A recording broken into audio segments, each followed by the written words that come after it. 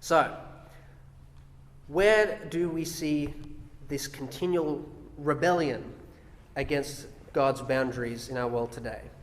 Well, we see it in many of these things that we've already spoken of, but I want to focus in particular on just one aspect, and this will just be the remainder of our discussion this morning, and that is the boundaries that Satan has torn down between man and woman, marriage and other relationships, and to an extent humanity and God as well. Because these ideas are foundational to human existence. These are just the basic relationships that we have in society. We're built up by families, by marriage, and by how we interact with other people. And so it's no wonder that Satan has done everything in his power to try and undermine these boundaries that God has created. This morning, we're going to look at a lot of terms that you might have come across and wondered, well, where did we even get that idea from? And I hope that as we kind of go through, we're going to go through a brief history of how we've seen the undermining of these boundaries, and hopefully you'll find it illuminating. The first example in history that we see of this direct rebellion against man and woman and marriage and other relationships comes from two philosophers by the names of Karl Marx and Friedrich Engels. You might know them as the writers of the Communist Manifesto and creators of the ideology of Marxism. And the primary idea of Marxism is that Western society is inherently oppressive and inherently evil. And in particular, capitalist society is evil. And according to Marx and Engels, capitalism was sustained by one primary tool: Christianity.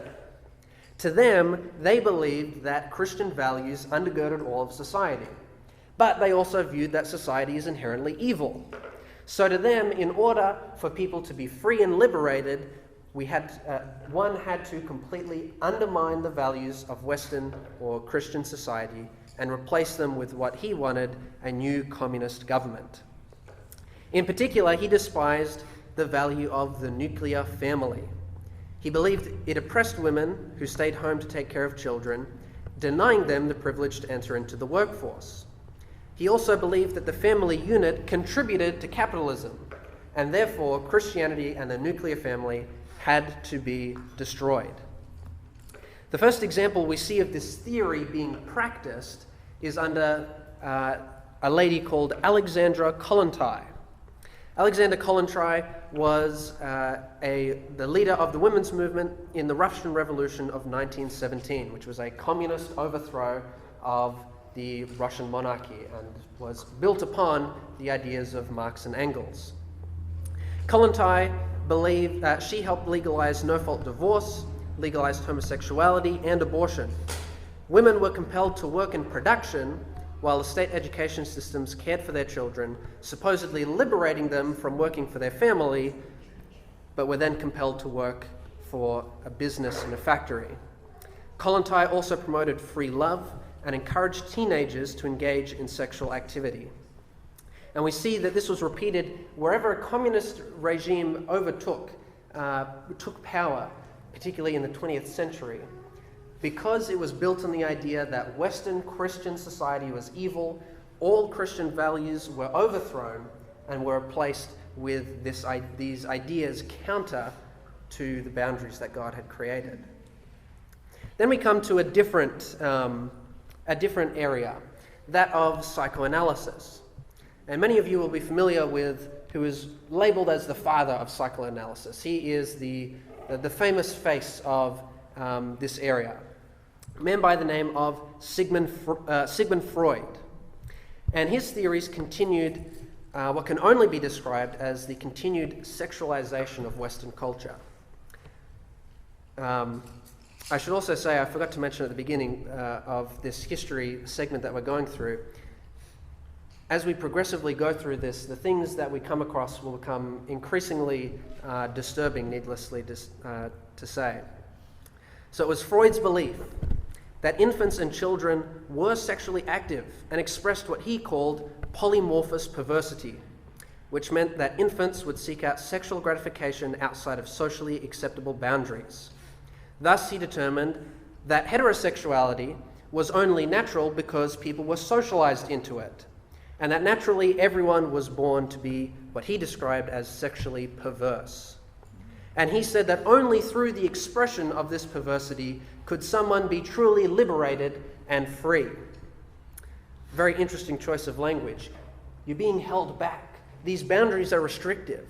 If you want to be free, you have to break down the boundaries. One of the great students of Freud was a man by the name of WILHELM REICH. Now, his personal life was completely deplorable. Before the age of 18, he had been promiscuous with his family maid, he visited prostitutes, and he suffered from Oedipus complex. During his life, he had 4 wives, all of which he compelled to have abortions. During each marriage, he also had numerous affairs. His promiscuity led to the death of one of his partners and the suicide of a nurse and his own mother. He enabled sexual abuse of children at his infant research center, which he used to justify the theories of Sigmund Freud. His life's work was dedicated to normalizing homosexuality, abortion, and incest. He was also the first psychoanalyst to combine Freud's ideas with that of Marxism, which we discussed earlier. And this paved the way for future studies on human sexuality.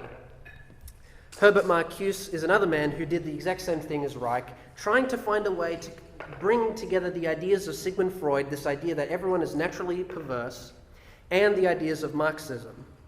And he believed again that to escape capitalist morality, everyone had to engage in polymorphous perversity. Only then would humans truly be free and liberated. And so you begin to see through history, these are the origins of these ideas that we come to find today. In particular, the last 2 people we're going to look at. In particular, we have a man by the name of ALFRED KINSEY, and he brings all of these ideas that the people before him have come up with. Freud, Wilhelm Reich, Marx, Alexandra Kollontai. He brings all of these ideas together and he imports them to America. Now, before this, it had been primarily in communist countries or in Germany. But now we begin to see the ideas brought into the country of America. He developed what he called the Kinsey scale, which measures how heterosexual or homosexual an individual is. And this gives us the idea of sexuality being on a spectrum. And you may have come across that idea many times in modern discussions today. However, Kinsey's research to justify his claims were morally reprehensible. Kinsey's data pool was oversaturated by prisoners and pedophiles who did not represent the normal human population. He also interviewed a pedophile who he claimed in his report were actually 9 separate men to justify his claims. He also conducted sexually abusive experiments on infants to justify his claim. And yet it is from this man and his research that we get the idea that somehow sexuality is fluid and on a spectrum instead of being in boundaries.